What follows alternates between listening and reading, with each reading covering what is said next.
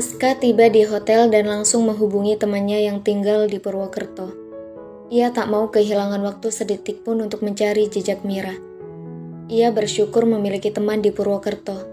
Ia meminta bantuan temannya untuk mengantarnya ke pondok pesantren yang lokasinya agak jauh dari pusat kota. Tak sampai setengah jam, temannya sudah tiba di lobi hotel. Aska keluar dari kamarnya dan langsung turun ke lobi dengan tergesa-gesa. Setiba di lobi, ia menghampiri teman lamanya dan saling melempar senyum. Mereka berjabat tangan sembari menepuk bahu dan berbasa-basi menanyakan kabar. Sebelum melaju menuju pondok, Aska dan teman semasa kuliahnya itu berbincang sejenak. Teman Aska yang bernama Ringo itu sudah menduga, wanita yang sedang dicari Aska pastilah menempati tempat spesial di hati Aska. Pasalnya sejak kuliah dulu, Aska dikenal tak memiliki teman akrab perempuan. Juga tak pernah mendengar bahwa Aska punya pacar. Laki-laki itu cenderung pendiam dan tak banyak bicara. Namanya Mira. Sampai segitunya kamu nyariin dia, bro. Pasti spesial banget ya. Aku pikir kamu tak tertarik sama perempuan. Ringo tertawa renyah. Aska tertawa pendek dan menepuk bahu sahabat dekatnya itu dengan cukup keras hingga Ringo meringis kesakitan. Kendati jarak memisahkan, dua sahabat itu masih aktif berkomunikasi hingga kini. Dan tak pernah tersinggung jika mereka saling meledek. Ngaco kamu, aku cowok normal ya, jelas tertarik sama perempuan. Ringo tertawa sekali lagi. Soalnya waktu kuliah, kamu gak pernah punya pacar. Makanya aku heran, kamu bisa segini frustasinya nyariin cewek. Selama kita komunikasi, kamu juga gak pernah bahas tentang Mira. Yang aku tahu, kamu pernah bahas tentang... Siapa itu? Cewek yang dulu suka chat sama kamu? Terus pertunanganmu dan Sandra yang gagal, sekarang ketambahan Mira. Aska terdiam sejenak lalu menatap Ringo tajam. Kali ini begitu berbeda.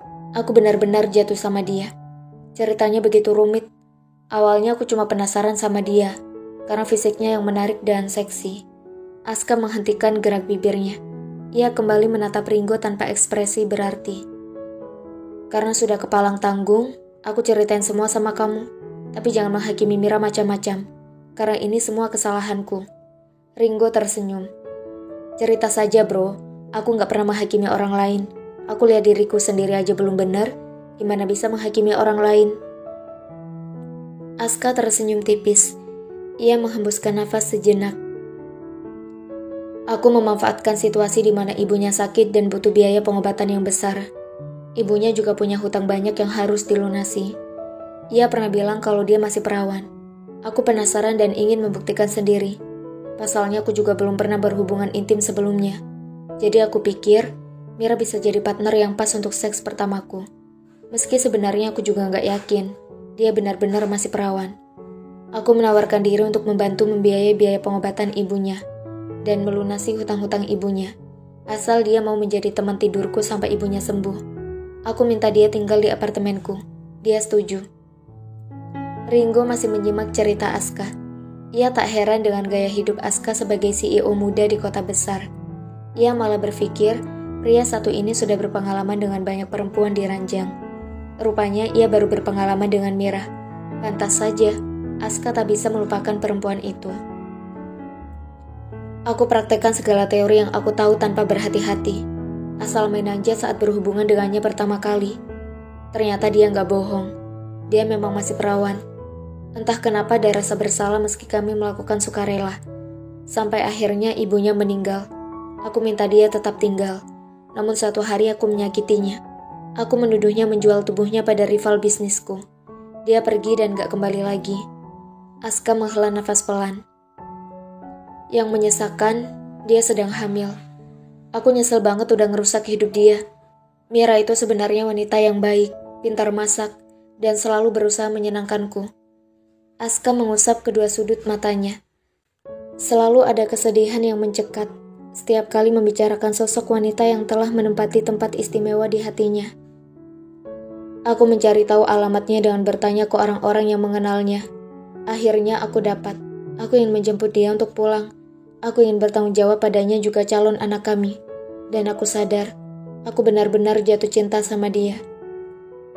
Ringo tak mampu berkata-kata. Hubungan Aska dan Mira berawal dari sesuatu yang terlarang dan kesalahan itu terus berulang. Namun ia bisa melihat ada penyesalan yang teramat dalam di mata Aska yang berkaca. Oke, sekarang kita berangkat ke pondok. Mudah-mudahan semua berjalan sesuai harapanmu ya. Aku dukung banget kamu tanggung jawab. Anak itu butuh kedua orang tuanya. Ringo menepuk bahu Aska berulang. Keduanya berjalan menuju area parkir dan bersiap untuk melaju ke pondok saat itu juga. Sepanjang perjalanan, Aska tak bisa fokus sepenuhnya. Pemandangan di kanan kiri kota tak begitu ia perhatikan. Suara Ringo yang bercerita tentang tempat-tempat yang mereka lewati terdengar samar. Purwokerto juga punya mall ya bro, udah kayak kota besar. Ini mall yang sering dikunjungi. Letaknya strategis di seberang alun-alun, makanya banyak yang sekalian ke alun-alun terus mampir mall.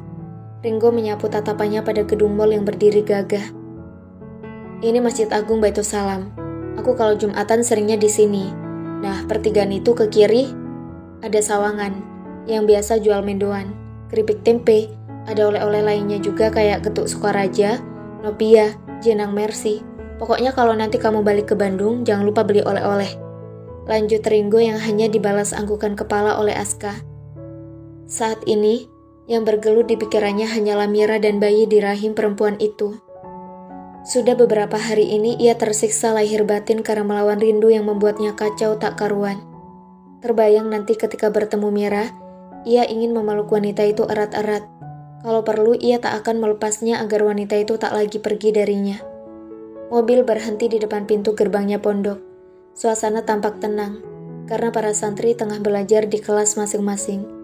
Aska dan Ringo keluar dari mobil dan menilik dua gedung besar yang dipisahkan oleh satu tembok besar.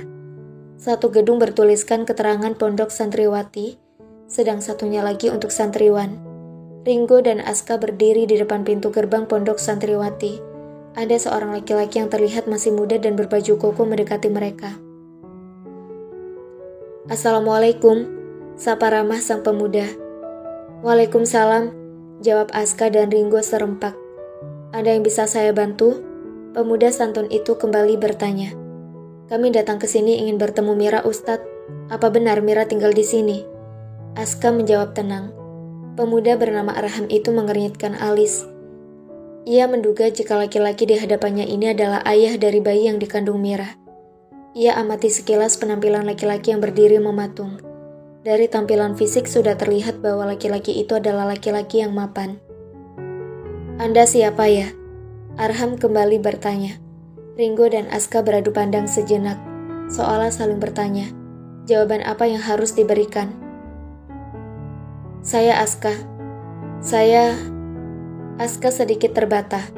Rasanya susah menjelaskan pada orang lain bagaimana status hubungannya dan Mira saat ini yang begitu rumit. Anda kekasih Mira? Tanya Arham langsung menuju sasaran. Aska mengangguk pelan. Ia menduga pihak pondok sudah mengetahui permasalahannya dan Mira. Silakan menunggu di ruang tamu. Mari saya antar, ujar Arham tenang. Aska dan Ringo mengikuti langkah Arham menuju ruang tamu. Hati Aska semakin berdebar tak menentu, seakan menghitung waktu yang semakin mendekatkannya pada Mira. Arham menyusul Mira ke dapur. Saat ini Mira dan ibu-ibu tukang masak tengah memasak untuk menyiapkan makan siang. Assalamualaikum, ucap Arham yang dibalas salam oleh para tukang masak yang tengah sibuk di dapur. Maaf mengganggu, Mira, ada yang ingin bertemu. Arham menoleh ke arah Mira yang tengah mengiris buncis. Dahi Mira berkerut. Bertanya-tanya siapa gerangan yang mencarinya. Siapa? Arham bingung hendak menjawab apa. Ia tak yakin Mira mau menemui Aska jika dia mengatakan dengan jujur bahwa tamu yang tengah menunggu adalah Aska. Temui saja dia di ruang tamu, balas Arham datar. Ia berbalik kembali menuju ruang tamu. Mungkin teman kamu, Mir. Siapa itu? Si Lulu, Tukaswati seraya mengaduk sop jamur. Mira mengernyitkan alis. Hanya Lulu yang tahu alamatnya sekarang. Ia menduga, apakah Lulu sengaja ingin memberikan surprise untuknya dengan tiba-tiba datang tanpa memberi kabar lebih dulu? Mira melepas celemek dan merapikan kerudungnya. Ia berjalan menuju ruang tamu. Setiba di ruang tamu, Mira sangat terkejut menatap Aska tengah duduk menunggunya. Laki-laki itu berdiri, bibirnya serasa keluh untuk sekadar menyapa. Sudut matanya seolah mengkristal karena menahan air mata yang hampir jatuh. Mira terlihat lebih kurus dari yang terakhir yang ia lihat. Bagaimana bisa lebih kurus, sedang dia tengah mengandung? Bola mata Aska mencari-cari jejak kehamilan yang mungkin terlihat di balik kerudung yang menjuntai hingga ke perut. Perut itu masih kecil. Ada rasa yang begitu menyesakkan kalau mata sembab Mira dan wajah lelahnya mendominasi penglihatannya. Ia menyadari satu hal, calon ibu dari anaknya ini begitu menderita. Bulir bening menetes dari pelupuk mata Mira. Ia tak bisa menyalahkan Lulu. Satu-satunya orang yang bisa ia dakwa sebagai pemberi informasi yang menceritakan di mana ia tinggal. Ia bisa melihat ada kegetiran sekaligus rasa lega berbaur di gurat wajah Aska. Sayangnya, ia belum siap bertemu pria itu. Sama sekali belum siap.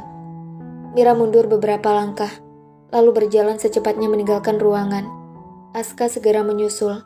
Ia tak mau kehilangan Mira kedua kali. Mira mempercepat langkahnya menuju kamar belakang, tempat para tukang masak tidur. Aska masih menguntitnya di belakang. Ia percepat langkahnya bahkan setengah berlari. Saat Mira berbelok melewati satu dinding, Aska berhasil meraih tangannya. Ia menarik tubuh Mira dan memeluknya begitu erat.